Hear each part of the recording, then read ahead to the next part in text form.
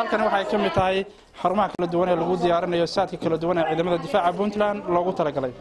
waa xarunta ururka haweenka degmada Garowe haween kala duwan ayaa ku diyaarinaya sawaayad iyo adeeg kala duwan oo loogu talagalay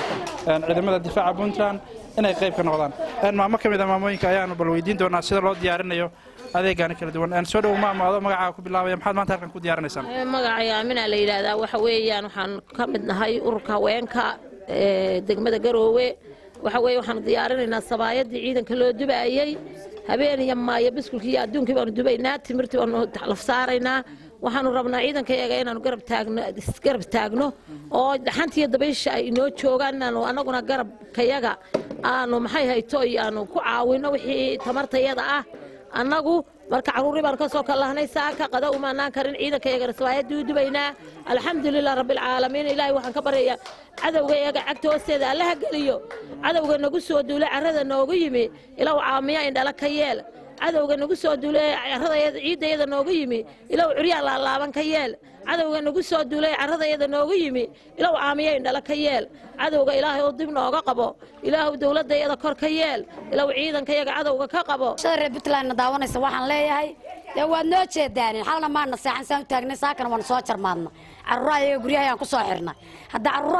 haddaan rag noo garab taagnayn oo dheelkiyo dhaxanta noo taagnayn oo cadawga ay naga gudbanayn carruuruhu hadda nabad ku seexan ma yaanin inaan guryaha ku soo qafilo oo aan ragga garab taagnaano sabaayadii buskudkii caanihii hilibkii dhig joojintii shidadkii wax walba diyaar baan lanahay ma seexanayno ilaa ciidankayaga guul ka gaaray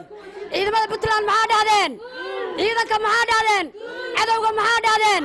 haajabo ambassador Sureer Abshir Muuse oo ka mid ah haweenweynaha reer Puntland gaar ahaan bahda siyaasiyiinta ayaa bogaadin ugu timid haweenweynahan ku sugan xarunta haweenka degmada Garowe iyadoona halkaas ay ku soo dhaweysay xildhibaan Luul Jaamac Samatar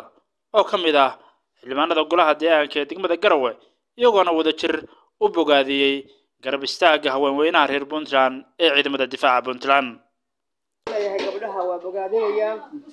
waxaan u soo jeedinayaa ammaan iyo bogaadin baan u soo jeedinayaa haweenka waxaan leeyahay haweenka Soomaaliyeed oo maaragtay guryaha ku jira guryaha quruxda badan ku jira waxaan leeyahay taageera dawladda oo madaxweynaha taageera oo u soo baxa taakulaynta ciidamada iyo sidii dalkan nabad looga aslaaxin lahaa u soo baxa yaan loo kala harin sidaan horeba ugu sheegay annagu waxaan nahay dad nabadeed ma nihin dad dagaal jecel arrintaana waxa weeye arrin laga maarmi waaye marka waxaan leeyahay gabdhaha haweenka kulligood soo baxa oo taageera dawladda iyo ciidamada maanta waxaanu tahniyad u diraynaa ciidankayaga buuraha ku jira oo dhiiri gelinaynaa Yuusuf Maxamed Maxamuud warbaahinta qaranka Soomaaliyeed magaalada Garowe